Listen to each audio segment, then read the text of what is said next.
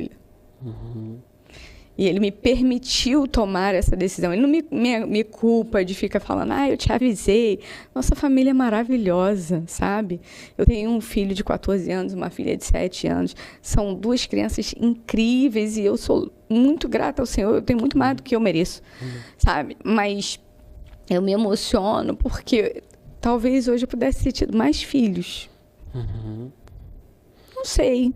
Ou não, ou Deus tinha escrito isso, sabe? Para eu poder contar para mulheres hoje que elas digam assim, não tomem decisões baseadas em traumas. E durante todos os processos que eu vivi no meu casamento, Rafa, eu sempre perguntava assim, Deus, para que eu estou vivendo isso? Para que o Senhor está me fazendo passar por isso? Porque não tem lógica, eu nunca fiz nada de errado. Nunca roubei, nunca matei, nem usei droga.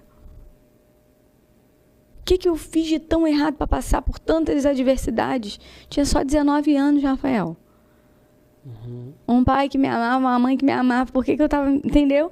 E hoje, ter um canal no YouTube, onde eu conto a minha história, falo da minha experiência, as pessoas olham para mim, às vezes eu vou pregar em igrejas, né? Eu tenho 1,50 m, sou pequenininha. Eu chego na igreja, eu fui numa consagração esse final de semana, que é a menina que trabalha comigo lá, né, na limpeza, falou, Jana, tem como você ir lá pregar na congregação lá da minha igreja, lá dentro do Karatê, na Cidade de Deus? Falei, amém, eu vou. Aí, cheguei lá, fiquei quietinha na minha, aí ela falando, ai, Jesus, ela vai pregar, mais ou menos a consagração, maior fogo, né?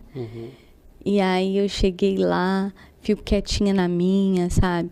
Aí eu senti as irmãs me olhando assim de rabo de olho, que eu era a pregadora do dia, sabe? Sabe quando você sente que as pessoas estão te julgando, assim? Não com maus olhos, não, mas falando assim, será que essa mulher vai dar conta de pregar aqui nessa consagração? Sabe? E eu acho engraçado, porque às vezes eu falo assim, não, porque eu sou pastora também. Você desse tamanho?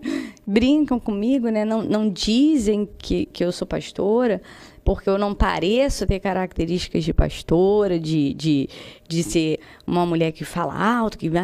Não, eu sou muito sucinta, muito direta. E aí eu cheguei lá na consagração, até brinquei, eu falei, vocês estão me vendo pequenininha aqui, mas Deus escolhe os improváveis. E aí a gente fica brincando. E hoje é incrível, porque assim, eu conto esse testemunho, estou contando aqui agora, né? É o primeiro podcast que eu venho contar, né?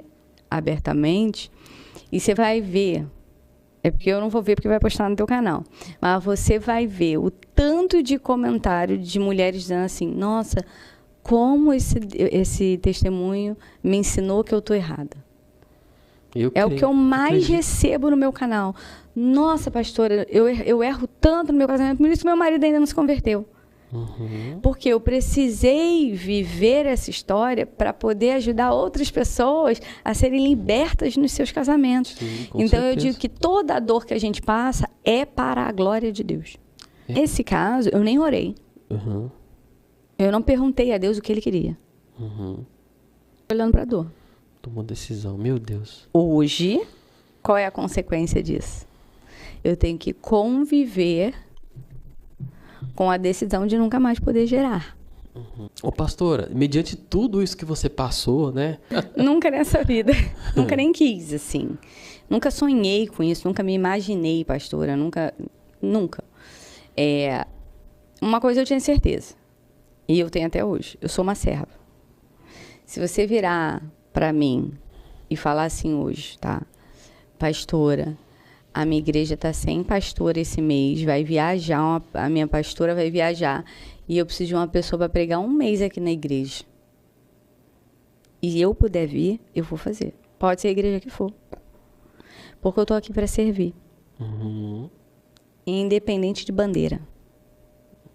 Meu chamado é trazer a palavra. Eu identifiquei isso ao longo do processo, né? Primeiro, assim, eu sempre servi em qualquer lugar da igreja. Sempre. Vamos lá, pastora, vamos lá. Janaína tem mutirão na igreja de limpeza. Eu estava lá. Por quê? Porque quando você vem de uma cultura de umbanda, candomblé, você está acostumado a trabalhar. Você está acostumado com o serviço. Eles são muito fortes. O tempo inteiro, até de caridade. Sim. Muito. Então, quando a pessoa vem dessa religião, isso é muito natural, tá? Não sei se você conhece pessoas que já vieram dessa religião. Geralmente, eles são bons servos na igreja. Geralmente, as pessoas viram missionário, pastor, evangelista. Por quê? Foi escravo muito tempo do diabo. Então, vai servir a Cristo na igreja. E em todas as crises que a gente passou, porque a gente é humano, tá? Você está na igreja, você tem crises. Às vezes tem um momento na sua... Até hoje, gente, eu tenho 19 anos casado com o Gustavo. Às vezes a gente se dá umas estranhadas. E é normal. Faz parte, né? Pastor que diz que não se estressa nem com o marido, nem com a esposa, tá mentindo. São duas pessoas distintas. Nem com o filho. A gente se desentende o tempo inteiro. Eu desentendo com meu filho, com a minha filha, a gente entra ali. Normal. São duas pessoas diferentes que têm que se alinhar. Então, durante todo esse processo na igreja, a gente tinha as nossas crises, mas a gente estava ali sendo acompanhado por pastores, sendo ajudado, muitas vezes por amigos, mas sempre servindo. Sempre sendo fiel no serviço. Então, chegou um momento que o Gustavo foi ordenado pastor, primeiro que eu, porque eu corri, eu não queria.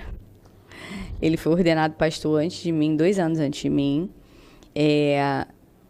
E depois, a minha pastora me chamou e falou, eu quero começar a botar você para ministrar a palavra. Isso eu já estava servindo na igreja, tipo, 14, 15 anos já. E aí, não, uns 12 anos. Aí eu falei, eu pregar? Ela eu acho que você tem capacidade. Eu fui gerente geral do Banco Santander durante alguns anos. E depois eu falava no meu trabalho, né? Então ela falou, cara, você tem capacidade.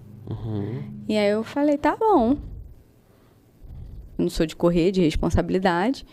E aí eu preparei uma palavra, eu lembro até hoje, eu falei da história de Elias. A primeira vez que eu preguei no altar, assim, a igreja estava até em obra de expansão. E eu lembro que naquele dia eu falei, foi para isso que eu nasci. Sabe? Eu sentia queimando dentro de mim o pregar da palavra. Então, eu fiquei pregando na nossa igreja, antiga igreja, né? E aí depois Deus nos chamou para um novo ministério. Nos deu uma palavra, nós saímos desse outro ministério, né? Fomos abençoados pelos pastores, né? Que ficaram muito tristes, obviamente, né? Mas, assim, respeitaram a nossa decisão. E aí a gente saiu e fomos visitando igrejas, porque Deus deu a palavra para a gente sair, mas não mostrou o que a gente ia fazer. E aí a gente ficou visitando várias igrejas, o Senhor não falava com a gente. Aí o Gustavo virou e falou assim, amor, vamos começar aqui na garagem da nossa casa uma célula, a gente chama os vizinhos e tal. E aí começamos. Passou uns 3, 4 meses, a garagem começou a ficar pequena, começou a crescer. O quarto da minha filha virou kids, porque os pais que levavam as crianças ficavam brincando no quarto da minha filha. Depois iam embora, o quarto ficava uma bagunça, e eu falei, Gustavo, não dá mais conta de a gente fazer célula aqui, virou igreja. A gente tem que procurar um espaço. E aí começamos a procurar um espaço. E aí a gente tinha outros pastores que estavam com a gente, né? Que a gente ficou acompanhando o nosso ministério. E aí fomos para um templo. Aí agora fomos para um outro templo maior. Estamos lá. A igreja mesmo a Place tem 3 anos. Que a gente vem construindo um trabalho de muito serviço, assim, amor a Deus. A gente tem feito muita obra social também. A gente tem essa veia, né, de levar comida para a rua, de fazer movimentos, né, de abençoar outras pessoas. E isso é algo que tem crescido, né? A gente precisa de mais trabalhadores.